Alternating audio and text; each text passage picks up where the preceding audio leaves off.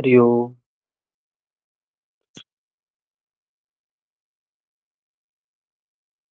हम लोग 12वीं अध्याय पर थे,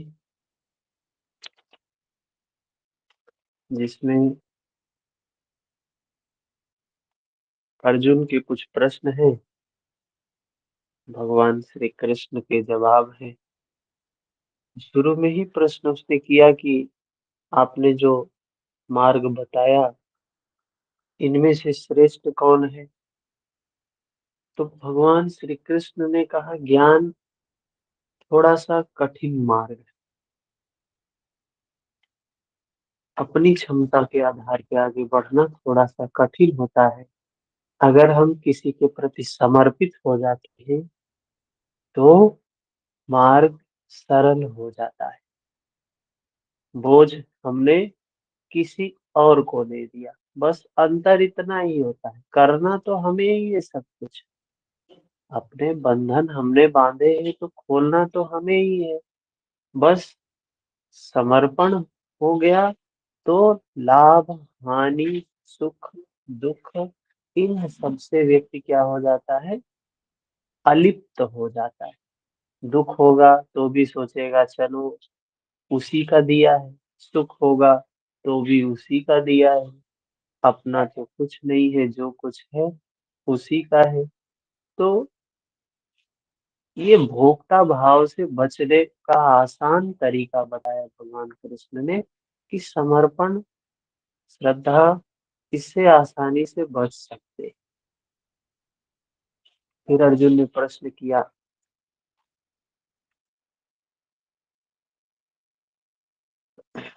भगवान श्री कृष्ण ने इसका ये जवाब दिया। फिर अर्जुन ने प्रश्न किया कि जो पूर्ण रूप से समर्पित है, पूर्ण रूप से समर्पित होके आए, उसमें हाँ, हाँ, भगवान श्री कृष्ण ने क्या बताया? लेखा जी हरिओम। कि देहाभिमानियों के लिए विघ्न है, क्लेश है। तो उसके लिए क्या होगा? मिटना। ये शरीर का जो भान है, मैं का जो भाव है, ये समाप्त होना चाहिए। अनन्य भाव से मेरे परायण होकर जो संपूर्ण कर्मों को, आराधना को मुझ में अर्पण करके निरंतर चिंतन करते हैं, वो मुझे प्रिय है। जल्दी भव सागर से आगे निकल जाते। 9-8 नंबर श्लोक। तू मुझ में मन लगा, अर्जुन से कहते इसलिए तू मुझ में मन लगा, अर्थात धर्म में, मुझ में ही बुद्धि लगा। इसके उपरांत तू मुझ में निवास करे। जिसका मन, जिसकी बुद्धि धर्म संगत होगी, वो धर्म में ही स्थित होगा। इससे कुछ भी संशय नहीं है। भगवान कह रहे इसमें कोई संशय नहीं है। मन और बुद्धि न लगा सके तो क्या करना है? इस पर श्री कृष्ण ने कुछ जवाब दिया। यदि मन और बुद्धि धर्म में नहीं लगा पा रहा है तो करना क्या है? तो अभ्यास करे। अभ्यास द्वारा मुझे प्राप्त होने की इच्छा कर। प्रैक्टिस कर। प्रैक्टिस किस चीज का करेगा? अभ्यास किस चीज का करेगा? वैराग्य का अभ्यास करेगा। अभी क्या हो रहा है? अभी वैराग्य नहीं है, अभी राग की स्थिति है। राग की स्थिति है, अटैचमेंट है। किससे? विषयों से अटैचमेंट। तो कहा अभ्यास कर, वैराग्य कर। अगर ये भी ना हो तो क्या करे? तू यदि अभ्यास में भी समर्थ नहीं है तो केवल मेरे लिए कर्म कर। केवल मेरे लिए कर्म कर। आराधना करने में तत्पर हो जा, साधना करने में तत्पर हो जा। इस प्रकार मेरी प्राप्ति के लिए कर्मों को करता हुआ तू मेरी प्राप्ति रूपी सिद्धि को ही प्राप्त होगा। अभ्यास भी पार न लगे तो साधना पथ में लगे भर रहो। कहना क्या है, मनुष्य है हम, मनुष्य का शरीर मिला है हमें। दीपाली जी, हरिओम। तो भागना विकल्प नहीं है, पलायन करना विकल्प नहीं है। इस ऐसे तो हमारे छोटे छोटे क्षणिक उद्देश्य होते हैं। रोज का हम उद्देश्य बनाते हैं, ये कर लें। महीने का उद्देश्य बनाते हैं, ये कर लें। साल भर का उद्देश्य बनाते हैं, इस साल में टारगेट अचीव कर लें। लेकिन इस मनुष्य शरीर का टारगेट क्या है, लक्ष्य क्या है? उस ओर आगे बढ़ रहे हो कि नहीं बढ़ रहे? जीवन किस दिशा में जा रहा है? इस शरीर का जो लक्ष्य है, जिस उद्देश्य से ये शरीर मिला है, उस तरफ आगे बढ़ रहे हैं या फिर उसके विपरीत जा रहे हैं? मिला क्यों है शरीर? बंधन खोलने के लिए, विकारों को नष्ट करने के लिए ये मनुष्य शरीर मिला हुआ। अगर उसमें आगे लगे हुए हैं, लगे हुए, भगवान श्री कृष्ण कह रहे हैं साधना पथ में लगे भर रहो, सही मार्ग में सही तरीके से लगे रहो, अंत पहुंचना निश्चित है। अशोक जी, हरिओम। यहाँ तक हम लोगों ने देखा। 11 नंबर श्लोक। 12वें अध्याय में ज्यादा संख्या में 20 ही श्लोक है सिर्फ, आधा तो देख ली।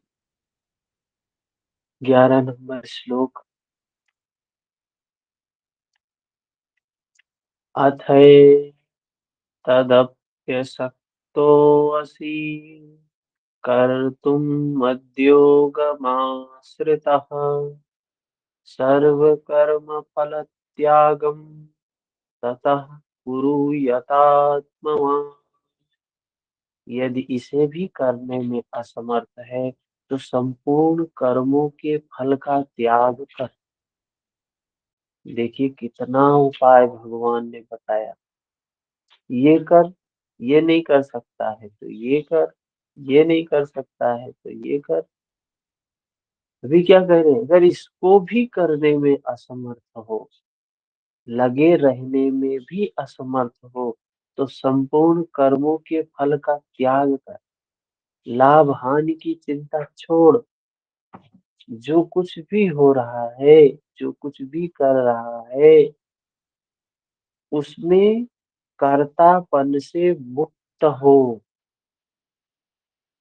मध्योग के आश्रित होकर, अर्थात समर्पण के साथ आत्मवान महापुरुष की शरण में जा। अब यहाँ बता रहे हैं, क्या बता रहे हैं? ऊपर जो उन्होंने मार्ग बताया, कहा ये अभ्यास कर, ऐसे साधना पथ में इस प्रकार से लगे रह। लेकिन अगर ये सब नहीं कर पा रहा है तो किसी स्वरूपस्थ महापुरुष की शरण में चला जा। यहाँ महापुरुष की शरण में जाने की बात कही है। उनसे प्रेरित होकर कर्म स्वतः होने लगेगा। समर्पण के साथ कर्म फल के त्याग का महत्व बताते हुए योगेश्वर श्री कहते हैं। देखिए ऊपर इन्होंने 7, 8, 9, 10 में उपाय बताए हैं, क्या क्या करना चाहिए। 7 नंबर श्लोक में बताया क्या करना है। केवल मुझ में चित्त लगा, मतलब चित्त में, मन में, बुद्धि में सिर्फ धर्म ही हो, सिर्फ धर्म हो। धर्म क्या है? चित्त की निर्मलता। कह रहे हैं निर्मल चित्त के द्वारा, निर्मल भाव के द्वारा जीवन जीना है, संपूर्ण कर्मों को निर्मल चित्त से करना है, लेकिन नहीं हो रहा है। विकार है, राग है, द्वेष है, ईर्ष्या है, लोभ है, मोह है, आसक्ति है। नहीं हो रहा, आसान नहीं है। कहना तो आसान है कि निर्मल चित्त से काम करो, लेकिन कहाँ संभव। तो भगवान ने बताया नहीं होता है तो क्या कर, मुझ में मन लगा, मुझ में बुद्धि लगा, इसके उपरांत तू मुझ में निवास करेगा। इसमें कोई संशय नहीं। मौन और बुद्धि ना लगा सके तब, तो कहा अभ्यास कर उसके लिए। अभ्यास क्या है? जैसे हम, मछली होती है पानी में, वो तैरना उनका अभ्यास नहीं होता है, लेकिन हम तैरने जाते हैं तो हमारा अभ्यास। उनका तो जीवन है। हम अभ्यास इसलिए करते हैं कि जीवन में उतर जाए वो चीजें, इसीलिए हम अभ्यास करते हैं। जीवन में उतरने के बाद अभ्यास जरूरी नहीं है, अभ्यास भी छूट जाता है, प्रैक्टिस भी छूट जाती है, क्योंकि वो जीवन में होने लगा। अभ्यास इसीलिए करते हैं। कहते हैं प्रैक्टिस क्या करता है? परफेक्ट बनाता है, पूर्ण बनाता है। अभी हम पूर्ण नहीं है, तो जब पूर्ण हो जाएंगे तो प्रैक्टिस छूट जाएगी।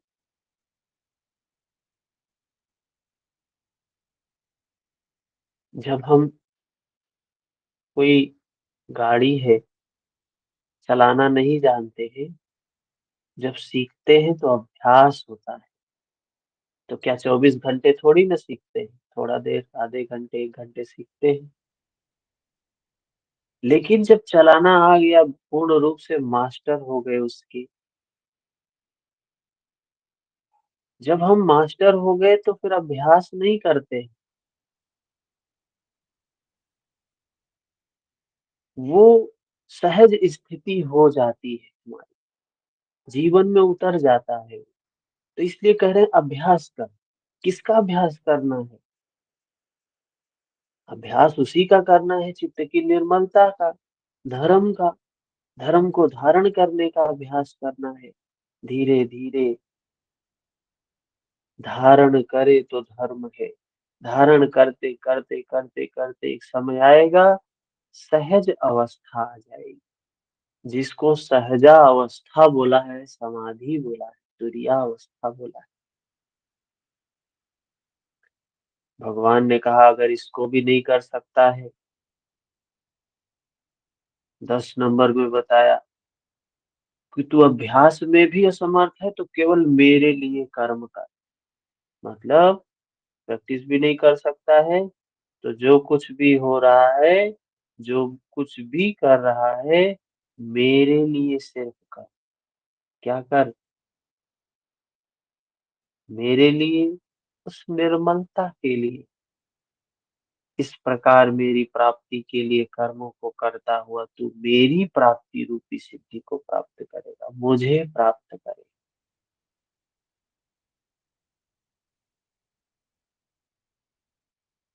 तो गोस्वामी तुलसीदास जी भी बोलते हैं, कबीर भी बोलते हैं,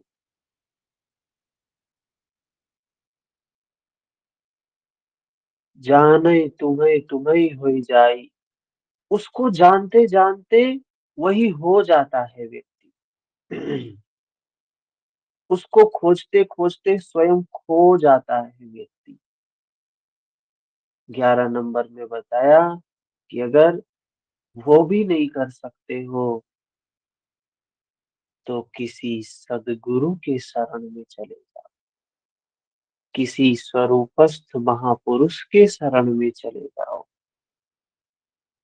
उनके शरण में जाने से क्या होगा? उनके सानिध्य में रहने से, अभी हमारी अवस्था क्या है? बताया है कि 4 अवस्था के लोग होते हैं। सबसे जो निम्न स्तर के होते हैं साधक, उनको बोला शूद्र। फिर जिनके अंदर थोड़े से गुण अधिक होते हैं वैश्य, जिनके अंदर अधिक गुण हैं, विकारों को नष्ट करने का पुरुष सामर्थ्य है, क्षत्रिय श्रेणी के। और जिन्होंने अपने विकारों को नष्ट कर लिया, ब्रह्म को, उस धर्म को जिन्होंने जान लिया, उन्हें कहा ब्राह्मण है।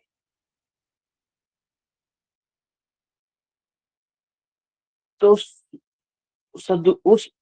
उसके शरण में जाने के लिए किसे कहा गया है? उसके शरण में जाना है किसी सदगुरु के, किसी तत्वदर्शी के, महापुरुष के शरण में जाने से क्या होगा? उसकी रहनी सहनी देख कर परिवर्तन आने लगेगा हमारे अंदर। कहते हैं ऐसे लोगों के साथ में रहने से क्या होता है? धीरे धीरे व्यवहार में परिवर्तन आने लगता है। तभी भगवान बुद्ध ने भी पहले क्या कहा? धम्मम शरणम गच्छामि, धर्म की शरण में जाओ।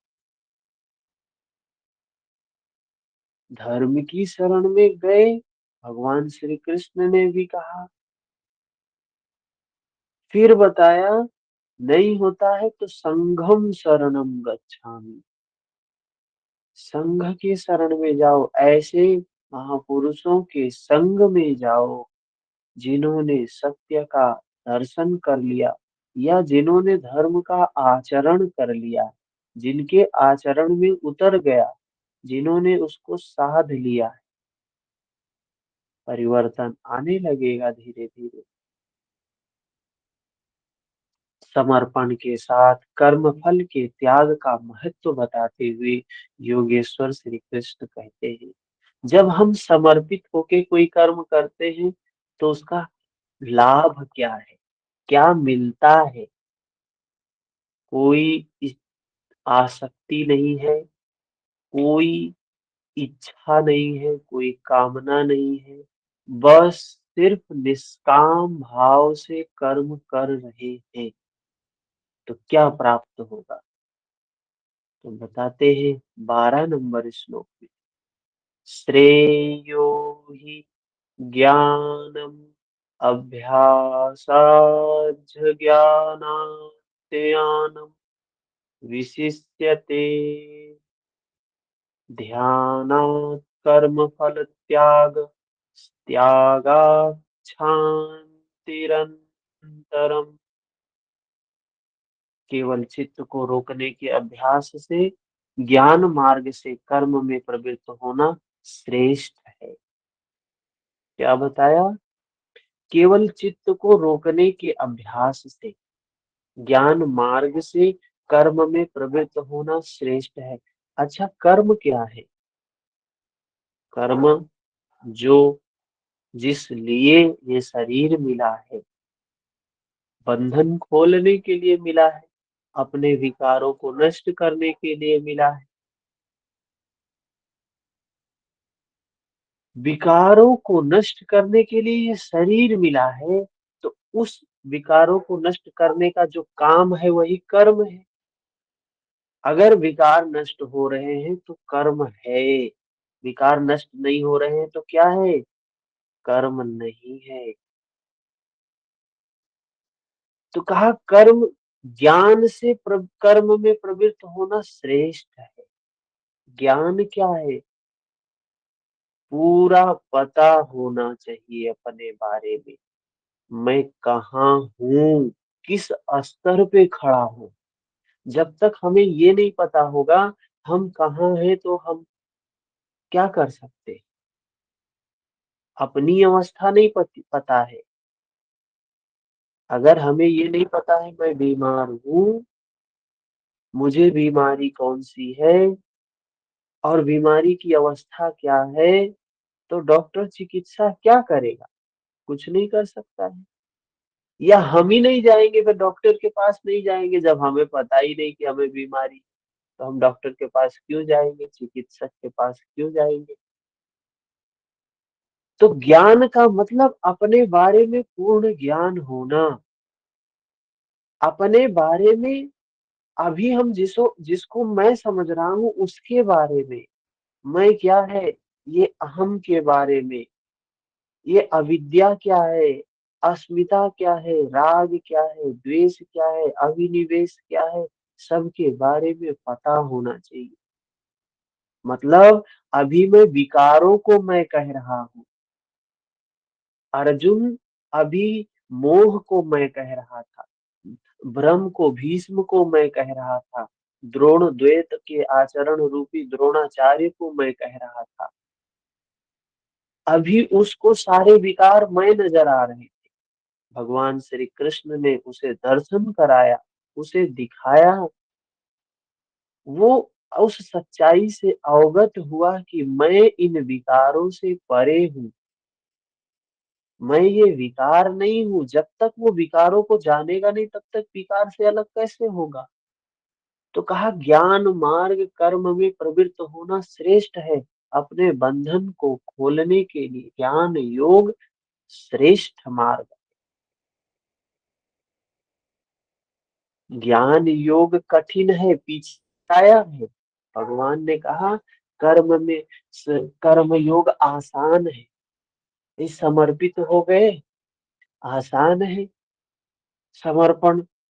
लेकिन ज्ञान में अपनी शक्ति को, अपने सामर्थ्य को समझते हुए आगे चलना होता है, अपनी स्थिति को जानते हुए आगे बढ़ना होता है। जैसे रात्रि में होते हैं टॉर्च लेकर ना, तो ज्ञान योग क्या है? टॉर्च से जैसे देखना, देखते हुए आगे चलना, देखते हुए। और वो टॉर्च किसके हाथ में है? हमारे हाथ में। लेकिन कर्म योग क्या है? दिन का प्रकाश। टॉर्च हमारे हाथ में नहीं है, प्रकृति ने सब प्रकाश ही प्रकाश किया हुआ है। बस चलना, लेकिन चलना दोनों में हमें ही है। ये नहीं समझ लेना कर्म मतलब भगवान ही करेंगे सब कुछ, और ज्ञान मतलब बस गीता भागवत उपनिषद और वेद पढ़ लिए हो गया ज्ञान। चलना तो दोनों में पड़ेगा, और चलना भी स्वयं पड़ेगा। बस मन का भाव ही है। तो कहा ज्ञान श्रेष्ठ, क्योंकि ध्यान में इष्ट रहता ही है। ध्यान से भी संपूर्ण कर्मों के फल का त्याग श्रेष्ठ है। कहे ध्यान से श्रेष्ठ कर्मों का के फल का त्याग है, क्योंकि इष्ट के प्रति समर्पण के साथ ही योग पर दृष्टि रखते हुए कर्म का, कर्म फल का त्याग करने से उसके योगक्षेम की जिम्मेदारी इष्ट की हो जाती है। कह रहे हैं जो निष्काम कर्म में चलता है, कर्म योग में चलता है, उसके सिद्धि असिद्धि से वो परे होता है, दुख सुख से परे होता है, लाभ हानि से वो परे होता है। उसकी सारी जिम्मेदारी प्रकृति की, ईश्वर की, धर्म की हो जाती है। इसलिए इस त्याग से वह तत्काल ही परम शांति को प्राप्त होता है। जब हम निष्काम भाव से किए हैं, कोई कर्म हमने किया, अभी हम जिस वे में गीता पढ़ रहे हैं, योग के ग्रंथों को पढ़ रहे हैं, अब इससे हम नेट निकले या ना निकले, महत्वपूर्ण विषय नहीं रह जाता है। क्यों? क्योंकि हम एग्जाम के लिए नहीं पढ़ रहे हैं, हम जीवन के लिए पढ़ रहे हैं। तो एग्जाम हमारा वाई प्रोडक्ट है, मेन प्रोडक्ट नहीं है एग्जाम। लेकिन जो एग्जाम के लिए सिर्फ तैयारी कर रहा है, वो इस वे में पढ़ ही नहीं सकता है। पढ़ने में भी बोझ, यहाँ पढ़ने में बोझ नहीं है। उठना और 1 घंटा कैसे बीतता है पता नहीं चलता है।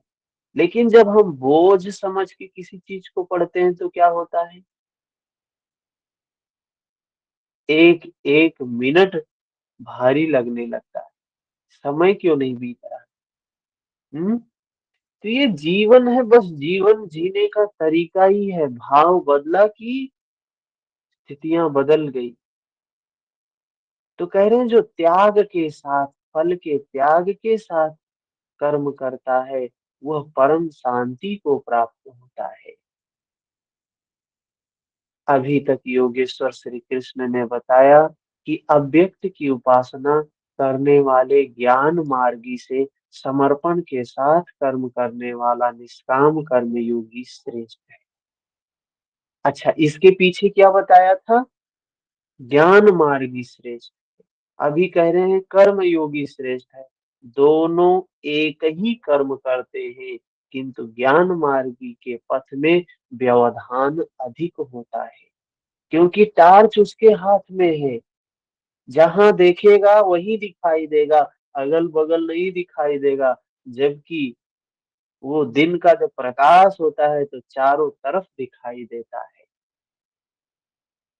दोनों एक ही कर्म करते हैं, ज्ञान मार्ग में व्यवधान अधिक है, इसके लाभ हानि की जिम्मेदारी स्वयं पर रहती है, जबकि समर्पित भक्त की जिम्मेदारी महापुरुष पर होती है। इसलिए वह कर्म फल त्याग द्वारा शीघ्र ही शांति को प्राप्त होता है। अब शांति प्राप्त पुरुष के लक्षण बताते हैं, कैसा लक्षण होता है। एक एक बातें बता दी है भगवान ने, कोई चीज बचेगा ही नहीं 18 अध्याय के समाप्त होने पर। जब कोई व्यक्ति शांति को प्राप्त करता है, सुख को प्राप्त करता है, तो उसके लक्षण क्या है। हम तो किसी भी चीज को गुणों के आधार पे ही, लक्षण के आधार पे ही मेजर करते हैं, जानते हैं। तो उस शांति प्राप्त पुरुष के लक्षण बताते हैं। आद्वेष्टा सर्वभूतानां, मैत्रः करुण एव च, निर्ममो निरहङ्कारः, समदुःख सुख क्षमी। क्या कह रहे हैं, इस प्रकार शांति को प्राप्त हुआ जो पुरुष सब भूतों में द्वेष भाव से रहित होता, क्या है, द्वेष भाव समाप्त हो गया, रंच मात्र भी किसी से द्वेष नहीं,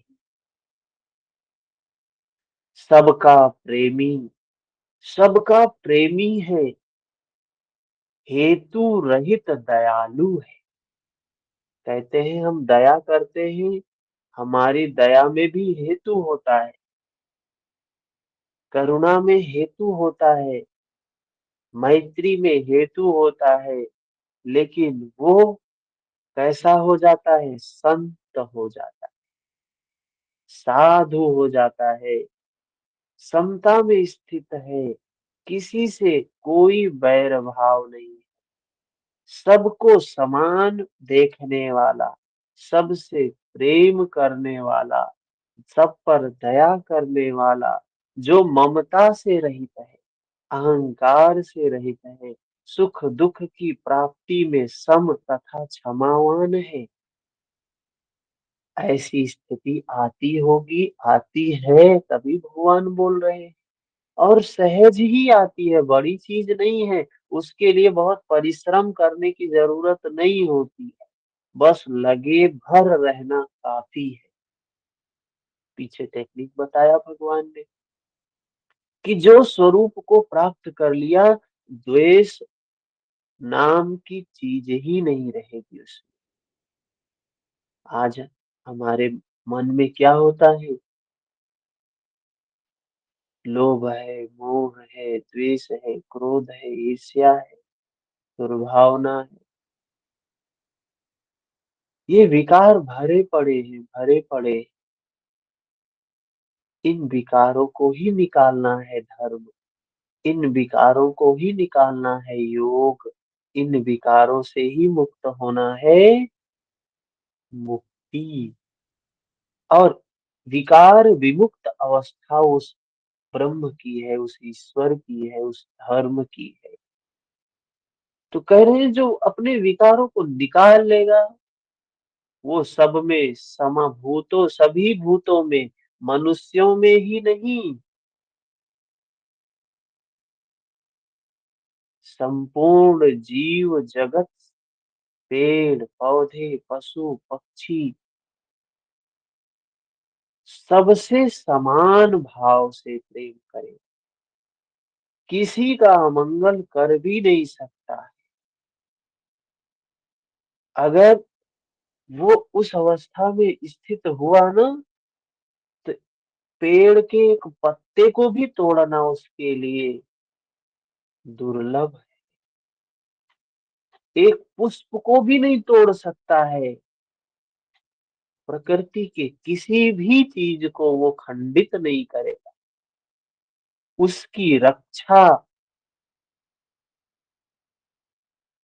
उसके विकास के लिए ही काम करेगा, उसकी सुरक्षा के लिए ही काम करेगा। कभी किसी के विनाश के बारे में सोच ही नहीं सकता। तभी भगवान को कहा जाता है करुणा निधान है, करुणा निधान, दया के सागर, जो किसी एक व्यक्ति पे नहीं करते हैं, सब पर करते हैं। लेकिन हम, ये मनुष्य जाति इतनी दुखियारी क्यों है? क्यों इतनी दुखी है? जब भगवान ईश्वर दया के सागर करुणा निधान है, फिर भी सारे लोग दुखी क्यों हैं? तो हम अपने कर्मों की वजह से दुखी हैं, क्योंकि हमारे कर्म आसक्ति वाले हैं, क्योंकि हमारे कर्म बंधन वाले हैं, क्योंकि हमारे कर्म विकार के साथ में है। कभी हमने निर्मल चित्त से काम नहीं किया, कभी हमने निर्मल बिना आसक्ति के काम नहीं किया, इसलिए हम दुखी हैं, इसलिए हम व्याकुल हैं। और उसका परिणाम बता रहे, ये चीजें प्राप्त होती हैं। सुख दुख की समान अवस्था प्राप्त हो जाती है। क्षमावान, किसी ने कितना भी हमारा नुकसान कर दिया, लेकिन क्षमा करने का भाव आ जाता है, क्षमा करने की शक्ति आ जाती है। एक कहावत कहा जाता है, क्षमा शोभते उस भुजंग को जिसके मुख में विष हो। तो क्षमा भी उसको शोभा देती है जिसके शक्ति हो, सामर्थ्य हो। तो वो सामर्थ्य होने के बाद ही कोई किसी को क्षमा कर सकता है। तो क्षमा करने का भाव आ जाता है। क्षमा नहीं करते हैं तो क्या होता है? मन में द्वेष जागता है, मन में दुर्भावना जागती है, मन में क्रोध जागता है, ईर्ष्या जागती है। और हम तो उसमें उसका अनभल कर नहीं पाते हैं, लेकिन अपना जरूर अनभल कर लेते हैं, क्योंकि हम देख रहे हैं कि हमारा जो भला होने वाला है वो मन के विकारों को समाप्त करने पे होने वाला है। लेकिन हम मन के विकारों को समाप्त करने का काम नहीं करते हैं। हम बाहर, मन के बाहर जितने विघ्न हमें नजर आते हैं, हम उनको समाप्त करने का काम करते हैं। तभी तो ये सब चीजें हो रही है, कितनी हत्याएं समाज में होती है, कि ये व्यक्ति हमारे सामने से हट जाए, रास्ता क्लियर हो जाए। ऐसा होता है। बस यही व्यक्ति है हमारे मार्ग का कांटा बना हुआ है। होश नहीं है उन्हें कि मार्ग का कांटा तो हमारे मन में है। उस मन के कांटे को हमने नहीं निकाला और बाहर हम कांटे को निकालने लगे, तो होता क्या है? किसी को कांटे को निकाल देते हैं, किसी व्यक्ति को लाइन से हटा देते हैं, बाद में पूरा जीवन जेल में जाके बैठते हैं। हाँ, ऐसी घटनाएं होती हैं। तो जो लोग करते हैं उन्हें होश नहीं है, बेहोशी की अवस्था में है, इसलिए ऐसा हो रहा है। और उनका कोई पुण्य भी नहीं था कि उन्हें ये भगवान कृष्ण की वाणी सुनने को मिल जाए। लेकिन जो व्यक्ति एक बार भगवान कृष्ण की वाणी को सुन लेगा, उसके अंदर थोड़ा तो होश तो आएगा ही आएगा। कितना अच्छा शरीर किसी पुण्य के कारण ही प्राप्त हुआ होगा। लेकिन आप देखते हैं, आए दिन आत्महत्या जैसी घटनाएं होती रहती। अभी कल ही देखा हमने, कोटा में 3 बच्चों ने सुसाइड किया। क्या है, क्यों ऐसा हो रहा है? आए दिन बच्चे भी आत्महत्याएं करते रहते हैं। क्यों करते रहते हैं? क्योंकि उन्हें जीवन के बारे में कुछ पता ही नहीं है। ये जीवन क्या है, कैसे प्राप्त हुआ है, क्या करना है, क्या नहीं करना। वो भी अंधे दौड़ में दौड़ रहे हैं और विफल होने से पहले ही अपने आप को वो समाप्त कर लेते हैं। तो क्या होता है, समाप्त कर लिया तो क्या हुआ? समाप्त हो गया सब। प्रकृति में कुछ भी समाप्त नहीं होता है। ये शरीर छूटा, दूसरा शरीर मिलेगा। और चित्त की जैसी अवस्था अभी है, इससे बेकार ही अवस्था अगले चित्त की होने वाली, क्योंकि इसी का संतान है। जैसा पिता वैसा पुत्र। तो अभी हमारे मृत्यु के अंतिम क्षण में हमारे चित्त की, हमारे मन की जो अवस्था होगी, अगले जन्म का जो मन होगा, वो पूंजी के साथ उतना जन्म लेगा। बढ़ेगा तो बाद की बात है। वो आगे बढ़ेगा, वो तो आगे की बात है। लेकिन उतना तो रहेगा ही रहेगा। वो कहीं जा नहीं सकता। प्रकृति के अंदर कोई क्षमता नहीं है कि उसको कोई नष्ट कर दे। नष्ट करने का सामर्थ्य तो सिर्फ मनुष्य शरीर को ही है, बस, और कोई नहीं कर सकता। इसीलिए भगवान बुद्ध ने इतनी तपस्या की, इतनी साधना की, ऐसे महापुरुषों ने इतनी साधना की। और जो लोग हमें ऐसे दिखाई देते हैं ना, उनकी भी साधनाएं होती हैं। जन्मों जन्मों से लोग साधनाएं करते हुए आते हैं। तो उन्होंने बताया कि उस स्वरूपस्थ महापुरुष के, जिसने प्राप्ति की है, उसकी उससे क्या होगा, उसकी कैसी रहनी होती है। तो कहा द्वेष समाप्त हो जाता है, विकार समाप्त हो जाता है, सबका प्रेमी। प्रेम, प्रेम शब्द बड़ा समाज में वो है, अलग भाव में लिया जाता है। प्रेम अगर कहीं आता है, ये प्रेम शब्द आता है, तो समाज में एक इसकी मनोवृत्ति क्या है, इसके प्रति भाव क्या है? लगाव। प्रेम का मतलब लगाव नहीं होता है। प्रेम का मतलब आसक्ति, ये समझते हैं। प्रेम का मतलब आसक्ति नहीं है, अटैचमेंट नहीं है। प्रेम कहा, इसको कबीर ने क्या कहा? पोथी पढ़ जग मुआ, पंडित भया न कोय, ढाई आखर प्रेम का, पढ़े सो पंडित हो। ये प्रेम की अवस्था है।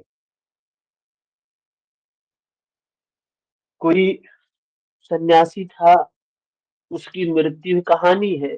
उसकी मृत्यु हुई तो पहुंचा, ऐसे कहानी सिर्फ समझाने के लिए। जब उसका हिसाब किताब देखा गया, तो पूरा जीवन सन्यास किया था, सन्यासी था, वैरागी था, घर बार छोड़ा था। तो गया, जब वहां पहुंचता है तो उन्होंने पूछा क्या किए जीवन में? बोला कुछ नहीं किया, कोई काम नहीं किए। नहीं, सिर्फ सन्यासी रहा, वैरागी रहा। तो उन्होंने कहा किसी से प्रेम नहीं किया? नहीं, नहीं, नहीं, नहीं, प्रेम से तो कोसों दूर रहे। प्रेम, बैरागी को प्रेम कहाँ हो सकता है? कभी नहीं किया। तो कहा जब प्रेम नहीं किया तो फिर क्या हो सकता है? फिर से वापस जाओ। पहले प्रेम, जब तक एक प्रकृति के एक तत्व से प्रेम नहीं हो सका, तो जीवन में क्या हो सकता है? और प्रेम क्या है? वो एक स्थिति है, एक भाव है, जिसमें पूर्ण स्वतंत्रता होती है, जिसमें पूर्ण समर्पण होता है, जिसमें जिसकी पूर्ण सुरक्षा का भाव होता है। जब जब कहीं ऐसा लगे, किसी भी व्यक्ति के प्रति, किसी भी जीव के प्रति, किसी भी प्रकृति के तत्व के प्रति, कि बिना चाह के कुछ हो रहा है,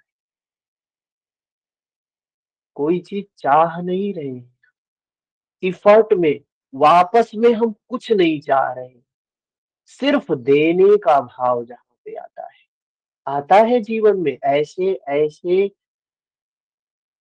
कहें तो माँ का पुत्र के प्रति, बच्चों के प्रति कैसा जो समर्पण होता है,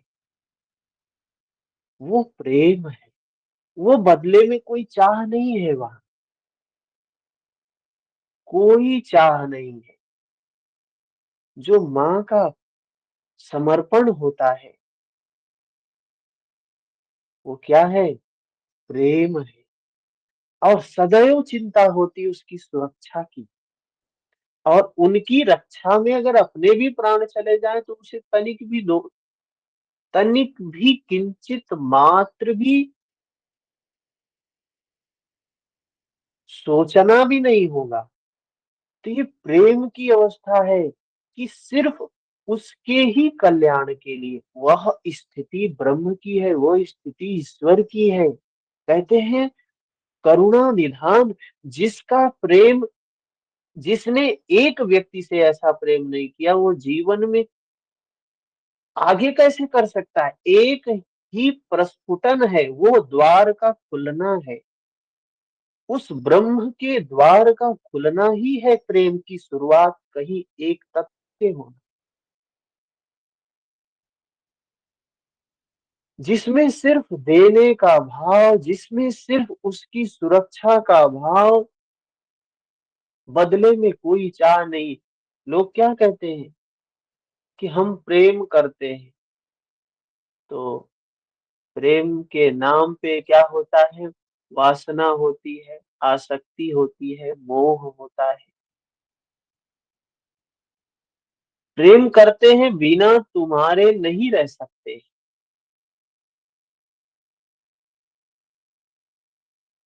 प्रेम के लिए क्या कर सकते हैं? अगले को नष्ट कर सकते। अगले को नष्ट करना प्रेम थोड़ी ना है।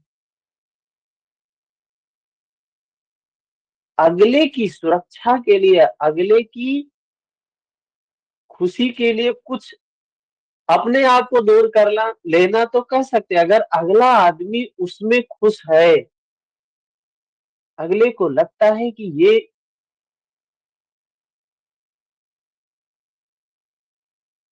उससे दूर होने पे उसकी खुशी है, तो उसको छोड़ना, ये तो हो सकता है कि हाँ प्रेम है, उसने उसकी खुशी के लिए उसे छोड़ दिया। लेकिन समाज में प्रेम के नाम पे कैसी कैसी घटनाएं दिखाई देती हैं। तो क्या है? सही स्वरूप नहीं समझा धर्म का। सही स्वरूप नहीं समझेंगे तो ऐसे ही उलझे रहेंगे। बंधन नहीं होता है, प्रेम बंधन नहीं है, स्वतंत्रता है, पूर्ण स्वतंत्रता। जब भी कहीं हमें बंधन का भाव नजर आए, बंधन, प्रेम तो है लेकिन ये करना है, ये नहीं करना है, यहाँ जाना है, यहाँ नहीं जाना है, ये नहीं करना है, ये करना है। प्रेम को बताया ऐसी स्वतंत्रता है कि जैसे पक्षी छोड़ दे और उड़ जाए जहां भी जाना हो। पक्षी को कोई बंधन नहीं होता, किसी भी डाल पे कहीं भी जा सकता है, कहीं भी बैठ सकता है। तो वो पूर्ण स्वतंत्रता है, प्रेम कोई बंधन नहीं है। तो कह रहे हैं वो स्थिति योगी की आ जाती है, किसी व्यक्ति, उसका प्रेम किसी व्यक्ति तक सीमित नहीं होता है, संपूर्ण प्रकृति के संपूर्ण तत्वों के प्रति वो स्थिति आ जाती है, दया का भाव आ जाता है, अपने का भान समाप्त हो जाता है, प्रेम में मैं का भाव समाप्त हो जाता है, मैं तो कुछ हो ही नहीं, मेरा तो कुछ है ही नहीं। प्रेम का मतलब जो है सब उसी का है, सब वही है। ये प्रेम की स्थिति है।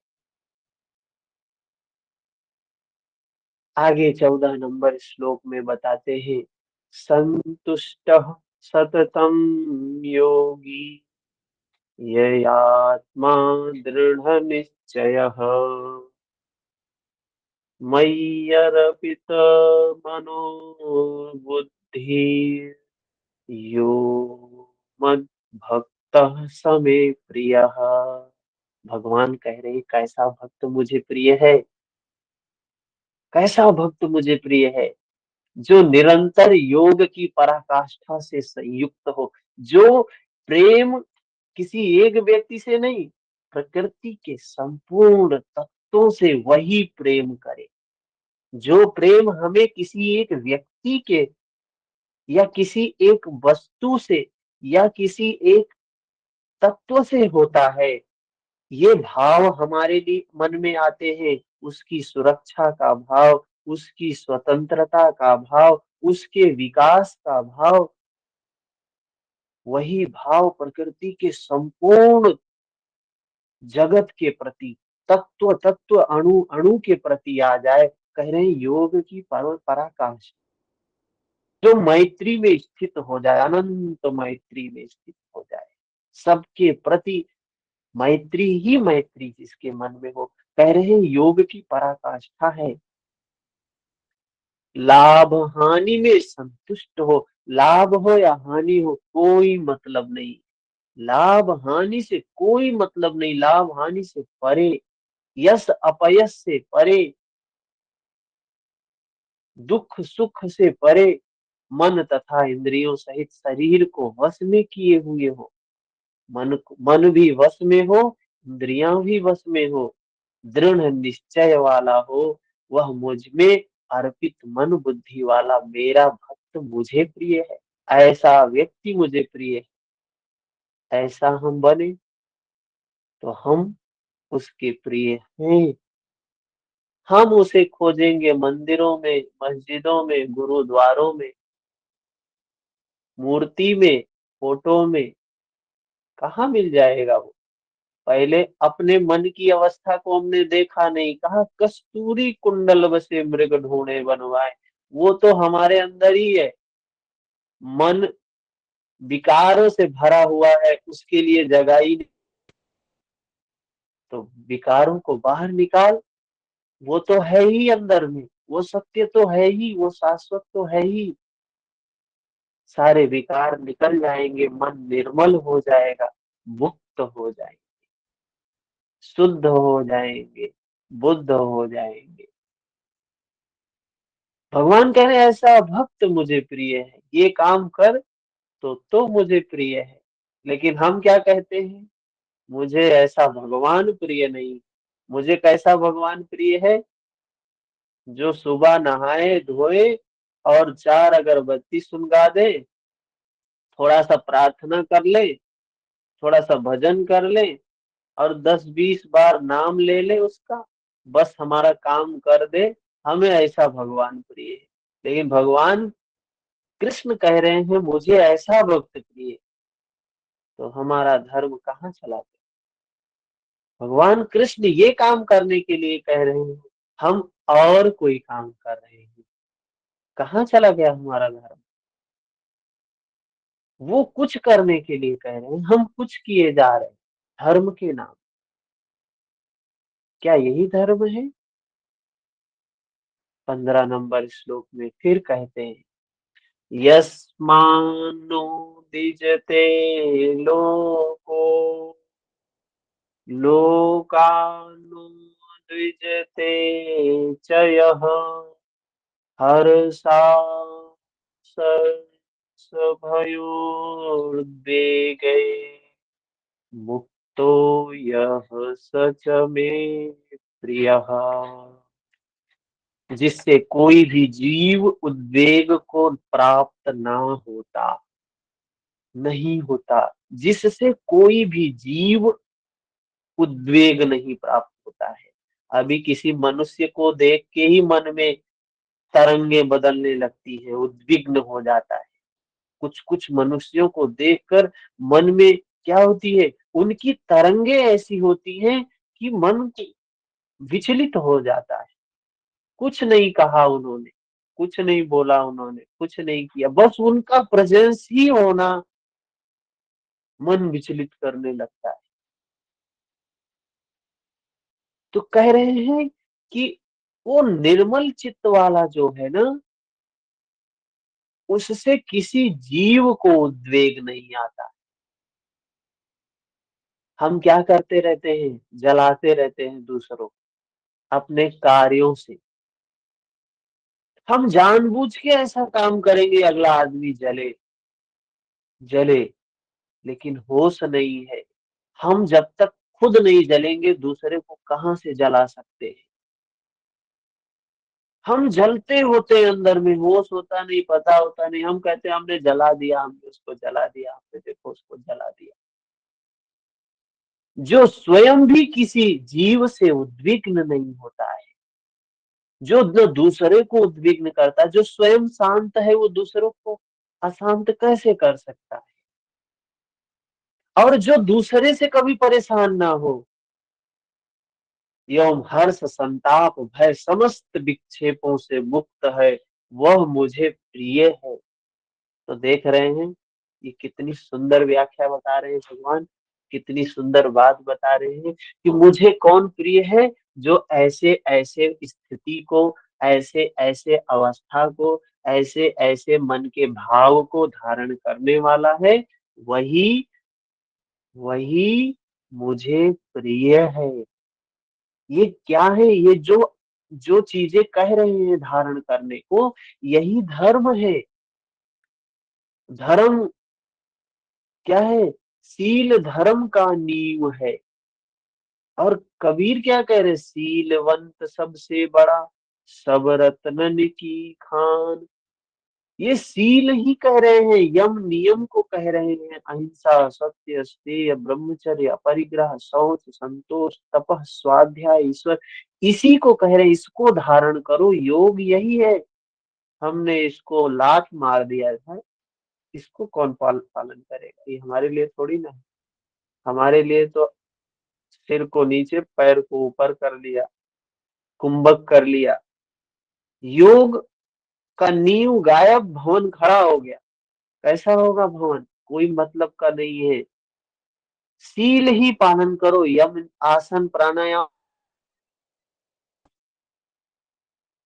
कबीर कहते सीलवंत की आन पर, सीलवान की आन पर, ये तीनों लोकों की संपदा न्योछावर है। कितनी बड़ी बात बोल रहे हैं, कबीर बोल रहे हैं, झूठे नहीं बोल रहे हैं। भगवान भी कह रहे हैं, अरे मन की निर्मलता की बात कर रहे हैं तो यही तो सारी बात कह रहे हैं। यम नियम से ही तो सारा है, सील से ही तो सब कुछ है। लेकिन हम योग के स्टूडेंट, योग के मार्ग में रहते हुए योग को सही मायने में ना समझे, तो हमसे बड़ा दुर्भाग्य किसका हो सकता है। साधकों के लिए ये श्लोक अत्यंत उपयोगी है। उन्हें इस ढंग से रहना चाहिए कि उनके द्वारा किसी के मन को ठेस ना लगे। जब हमारा मन निर्मल होता है तो अपने से ज्यादा हम औरों के बारे में सोचने लगते हैं। इतना तो साधक कर सकते हैं, किंतु दूसरे लोग इस आचरण से नहीं चलेंगे। वे तो संसारी ही हैं, वे तो आग उगलेंगे ही, कुछ भी कहेंगे। किंतु पथिक को चाहिए कि वो अपने हृदय में उनके द्वारा भी उथल पुथल ना होने दे। एक साधक को क्या चाहिए? बाहर कितना भी तूफान हो, लेकिन अंदर में समता बना के रखनी चाहिए। उससे अपने अंदर में तूफान नहीं पैदा करना चाहिए। लोग कहते हैं अरे उसने गाली दिया तो हमने भी दिया, उसने किया तो हमने किया। उसने गलती की, वो उसका परिणाम भोगेगा, उसका जिम्मेदार वो है। हम क्यों गलती करें उसकी वजह से? वो हाथ में कीचड़ लिया था, हम भी हाथ में कीचड़ उठा लें? हमारी बुद्धि यही कहती है, हमारा विवेक यही कहता है। तो हम अपने विवेक से चलें। हमारा विवेक हमारी विमुक्ति कराएगा, उसका विवेक उसकी विमुक्ति कराएगा। तो ये बड़ा सुंदर श्लोक था। 5 ही श्लोक और बचा है 12वें अध्याय में, और बहुत बहुत बहुत सुंदर व्याख्या अभी आगे भी आने वाली। ये धर्म की चर्चा है। कहते हैं धर्म चर्चा सुनने लगो, धर्म चर्चा करने लगो, पता नहीं चलता है टाइम कैसे बीत जाता है।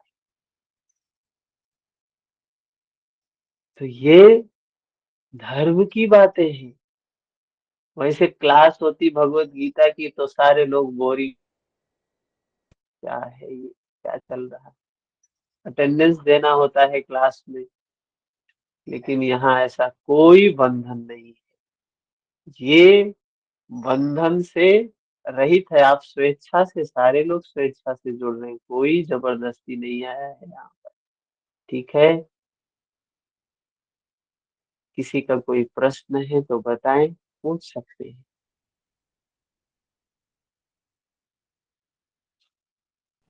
हरिओम सर। जी सुरेश जी, हरिओम, बताइए।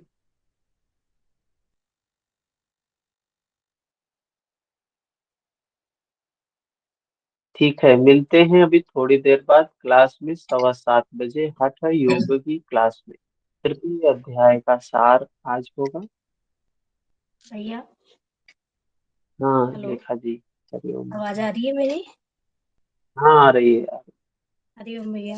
नहीं, क्वेश्चन तो नहीं है, पर कल से मेरे दिमाग में वो आ रहा है। आपने एक बार पहले क्लास में एक दोहा सुनाया था ना, वो दोबारा सुना दो ना। जीते जी कौन सा? तो जीते जी तो मरते हैं, नहीं, मौत तो एक दिन आएगी, ऐसा कुछ था ना कि जीते जी कबीर जो दास मरे। जी का। हाँ हाँ, जो जीते हाँ जी मरे असली मौत वो है जो, ऐसा कुछ था ना। हाँ हाँ, कबीर दास जी का। चलिए अभी समय हो गया है, लेकिन कल या, हाँ कल करेंगे उसको। हाँ, अच्छा, अभी ठीक है। 7 बज गया है। हाँ कल इसको कर लेंगे। ठीक है। हरिओम। हरिओम।